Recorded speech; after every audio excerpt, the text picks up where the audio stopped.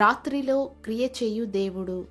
దేవుడు తన ప్రజల కొరకు ఎట్లు క్రియ చేయుచున్నాడో అను విషయము చూచుటకు ఎంతో ఆసక్తికరముగా ఉండును.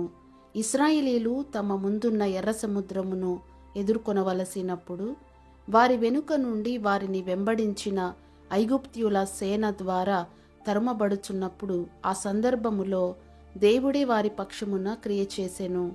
యెహోవా ఆ రాత్రి అంతయు బలమైన తూర్పు గాలి చేత సముద్రమును తొలగించి దానిని ఆరిన నేలగా చేసెను.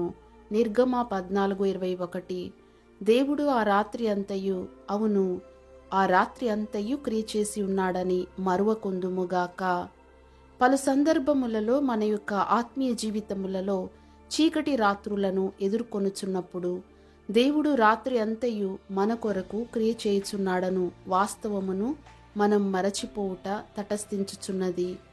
మనము కొన్ని పర్యాయములు ఎచ్చటికి వెళ్ళవలెనో, ఏమి చేయవలెనో, రేపటి దినమును ఎలాగూ ఎదుర్కొనవలెనో ఎరుగక అంధకారములో ఉండుట నిజమే.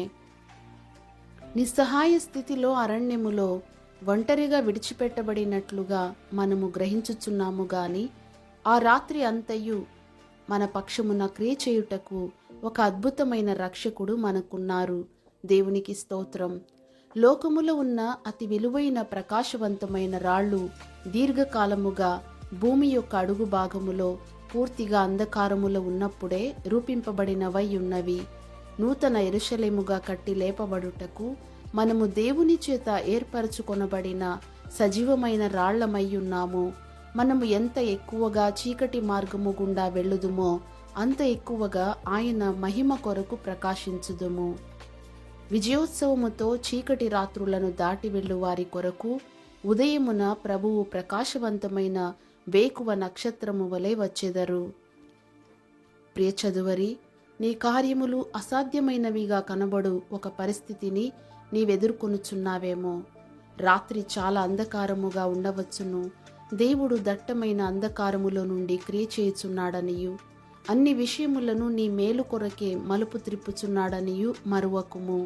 ఈ ఆలోచన ద్వారా బలము నొంది ధైర్యము తెచ్చుకొని సాగిపోవుడి అను ఆయన ఆజ్ఞకు నీవు విధేయుడవగుదువుగాక. గాఢాంధకారపు కష్టతరంబగు బాటలలో నాకు జ్యోతిగా నుండి నడిపించినాడు నా ప్రియుడు. ఆయన కృప నిత్యముండును.